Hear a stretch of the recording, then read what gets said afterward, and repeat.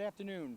We called this press conference to discuss how the district attorney's inaction and incompetence directly led to the deaths of 6 people. Now, when I said that, I was challenged, and probably rightly so. So what I want to do now is reveal the true facts of this case, the district attorney's inaction and incompetence, which led to the tragedy which unfolded on the East End. Now, the facts of that case are as simple as they are tragic. August 5th through August 13th of this year, there were 9 overdoses on the East End, 6 of which resulted in the loss of life. 6 people overdosed and died. The cause of those overdoses was a deadly mixture of cocaine and fentanyl. Fentanyl is a powerful narcotic, over 100 times stronger than morphine, and that's what caused the deaths. 6 days after that, on August 19th, the district attorney released a press release and indicated that 2 career criminals, Justin Smith and Levain Creighton, were responsible for selling those drugs that killed those 6 individuals, and that it was in fact fentanyl and the cocaine, the mixture of which killed the individuals. And the interesting thing about that is, the press conference was a typical district attorney press conference, filled with self-congratulation, short on facts, long on rhetoric, and it wasn't so interesting, not so much for what was said, but for what wasn't said. So I want to give you the real facts of what happened in that case.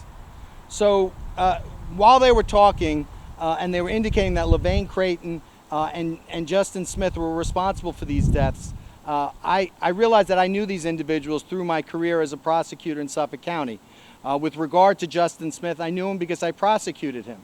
And so to understand what happened, we have to go through Justin Smith's background. So Justin Smith was first prosecuted in 1995. He was a drug dealer all the way back then, and he robbed a undercover police officer at gunpoint. He was prosecuted by me, did 12 years, remained in jail continuously from 1995 to 2007 when he was released.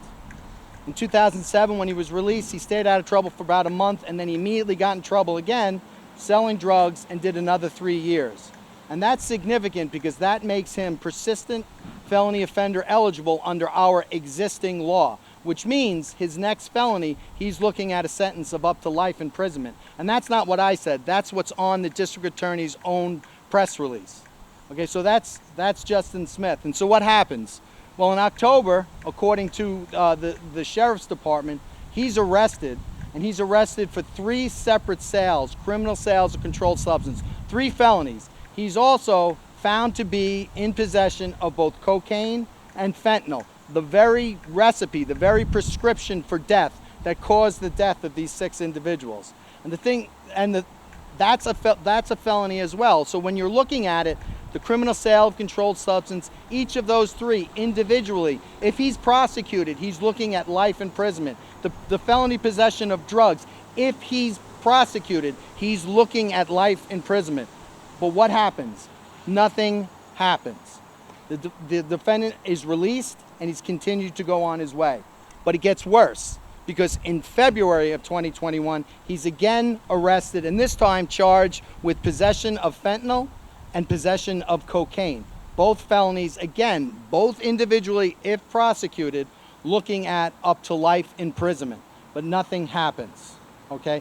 So in October, when he's arrested for the criminal sales, that's 10 months before anybody dies. And in February, when he's possessing the fentanyl and the cocaine, 6 months before anybody's died. But yet those sales go unindicted, and the defendant remains at large. Okay, so that's Justin Smith. So now let's look at Levain Creighton.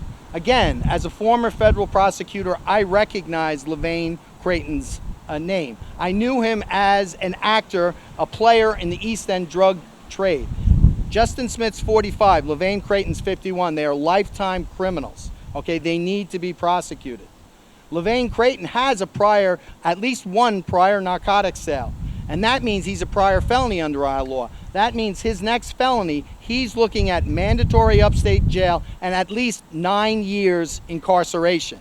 Okay, but we've since come to learn that between November of 2020 and April of 2021, so that's 9 months and 4 months before any of those individuals died, the police got 4 sales of narcotics on LaVane Creighton. That means on 4 occasions they sold narcotics, or LaVane Creighton sold narcotics to them. Those are felony charges. He's looking at up to 9 years imprisonment for each of those charges. But those charges don't even get charged. He remains at large. He doesn't even get arrested on those. Okay, now we come to the press conference. And at the press conference, it's told these individuals caused the death of, at least directly caused the death of 3 individuals.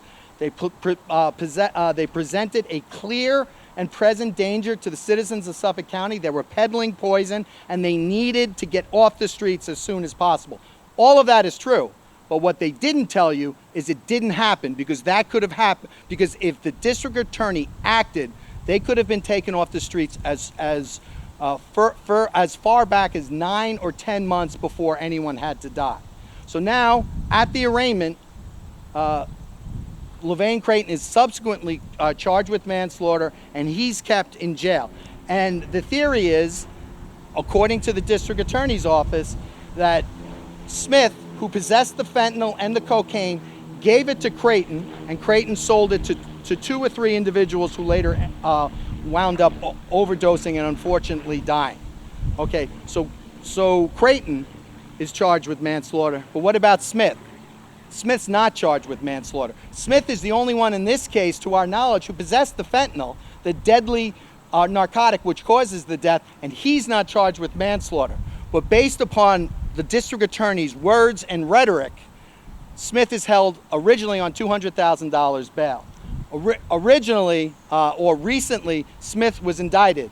He was still not indicted for those sales, still not indicted for any sales at all. So because of that inaction, because of the district attorney's action, his bail was released from $200,000 cash to $25,000 bond, meaning it's anticipated that Justin Smith will be released once he posts that bond. And to all of that, I say enough, enough, enough rhetoric, enough words. We need action. We don't need press conferences. We need action in court, and we need firm and timely prosecution of these career criminals. And if we had had that like I had done with Justin Smith in 1995, none of these deaths would have occurred. So thank you. Are there any questions? What would be the delay? Would you have that evidence, as you said? Why would you not prosecute? Well, oftentimes there's a number of sound prosecution reasons why you don't act.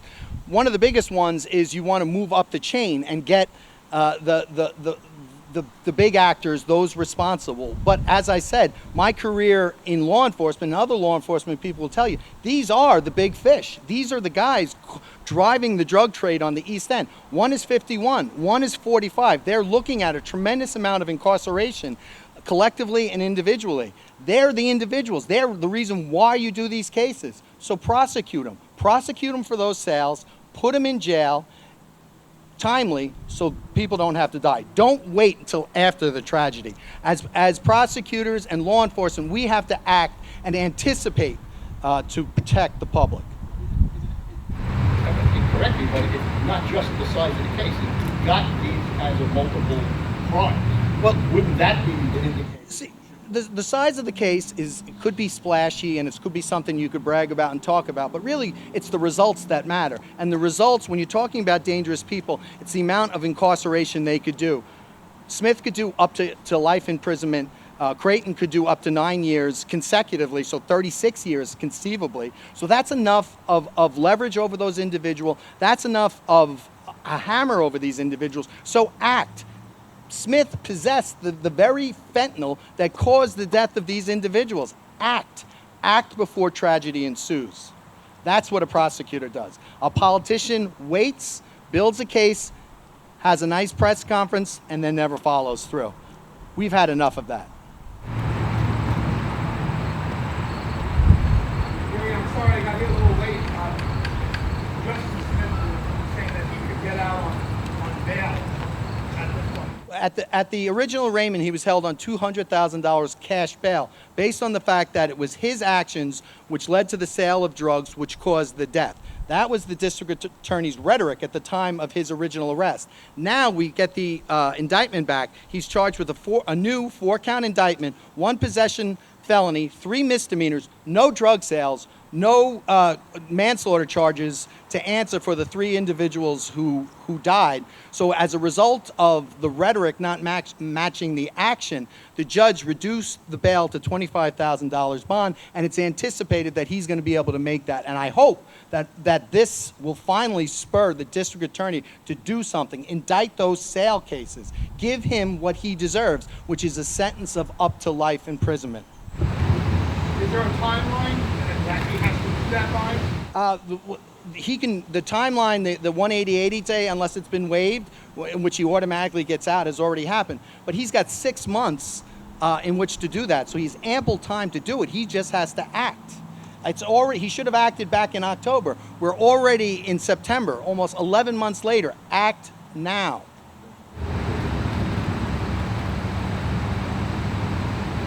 So, to follow up, so there's no time barring him, like, geez, too late, I can't indict him now. No. He doesn't do that.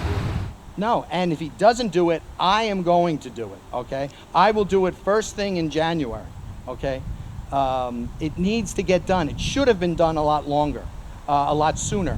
But better late than never. Let's go. It's time to act. Enough talk.